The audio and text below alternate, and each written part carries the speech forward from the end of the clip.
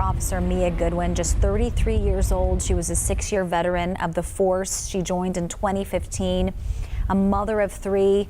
She had just returned from maternity leave, and she leaves behind a 3-year-old, a 1-year-old, and a 4-month-old.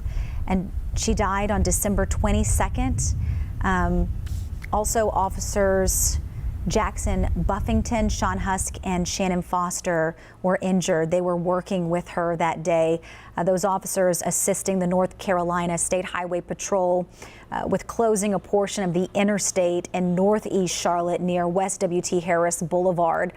And around 3:40 a.m., 2 trucks traveling southbound collided, and those vehicles then collided with the CMPD officers. A powerful show here with these officers riding on their motorcycles, heading to the church. They are again leaving Alexander Funeral Home, heading to First Baptist Church. They left at 9 a.m. and we have been following this procession ever since.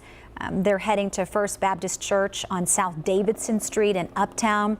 Visitation will be from 10 a.m. to noon. Again, funeral services will begin at noon. We will carry those live on air and online.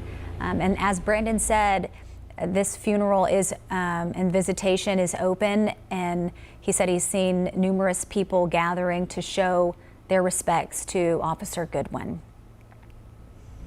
All right, let's send it back out to our Brandon Goldner.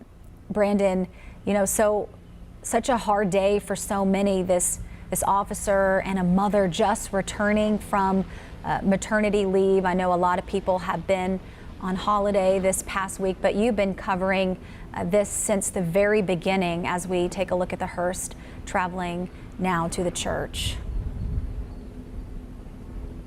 And it's really been kind of this moment of anticipation, real silence besides us, the reporters, talking to you all on through the TV as people are waiting for the hearse of Officer Mia Goodwin. It has been amazing to see all of these people out here, and these are just regular workers in addition to the officers as they're lined up getting ready to have Officer Goodwin come in. One of the things that we are still waiting on is a program for the funeral services so that we can get an idea of who exactly will be covering, coming to this funeral service, who will be speaking on Officer Goodwin's behalf. Typically, what often happens is sometimes it's a family member, often the Chief of Police, Johnny Jennings, will speak at this. Other times it is other officers who work with Officer Goodwin. So it's really going to be a good chance for us to get a good idea of exactly who Officer Goodwin is. Something that was also incredible about the fact that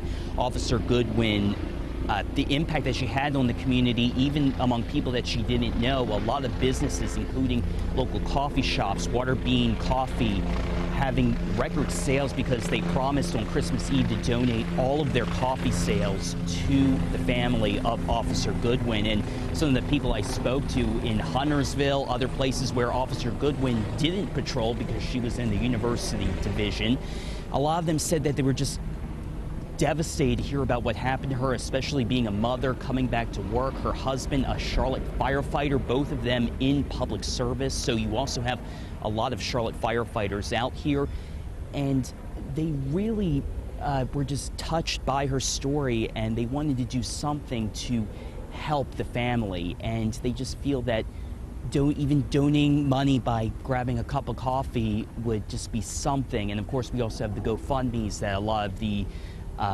nonprofits have done that have raised a lot of money for Officer Goodwin's family. Keep in mind, her husband, a Charlotte firefighter, and 3 young children. And it's devastating to think, especially because these children they're so young that they aren't going to be able to get to really know their mom, but they will be able to see a lot of these images from this funeral service, from all of the pictures that were posted on Facebook by CMPD, and they can really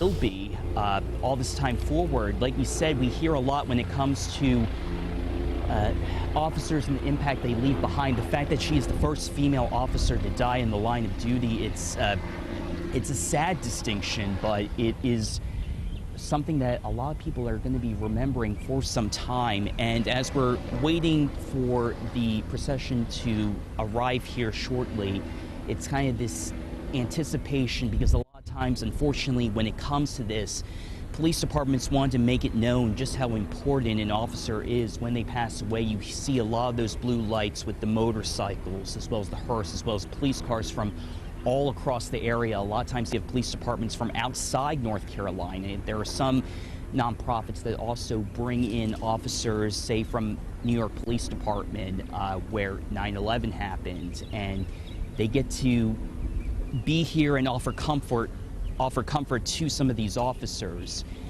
during this time of grieving, because it is that emphasis on the idea of brothers and sisters in blue, that this is one small family that is together, and they really want to show just how impactful this is. So we're waiting for, and we're hearing the helicopters whirl up, and this kind of sense of anticipation among many people.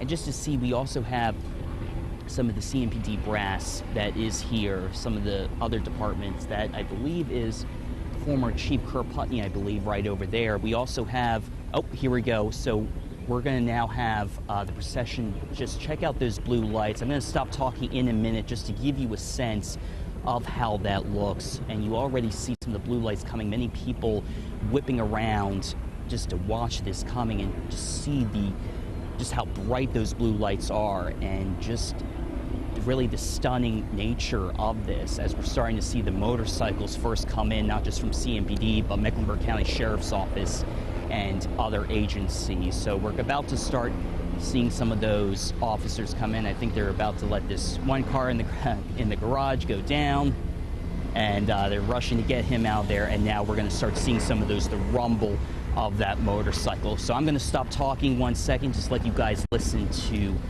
this as Officer Mia Goodwin arrives at First Baptist Church.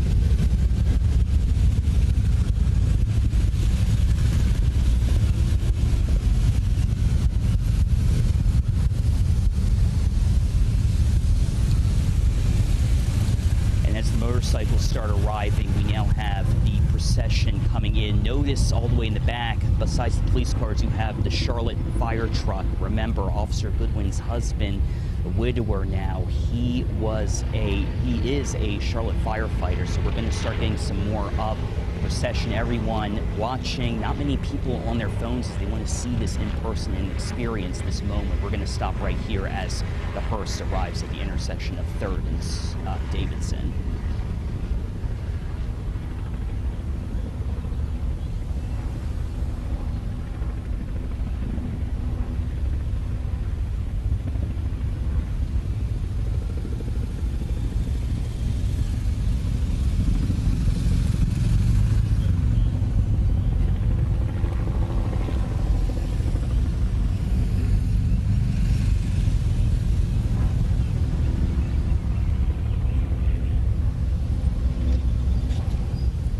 Something to keep an eye on as the hearse pulls up to the entrance of First Baptist Church, the choreography that is involved as they bring the casket out. This is something that is often practiced a lot of times when it comes to this important part of this funeral procession.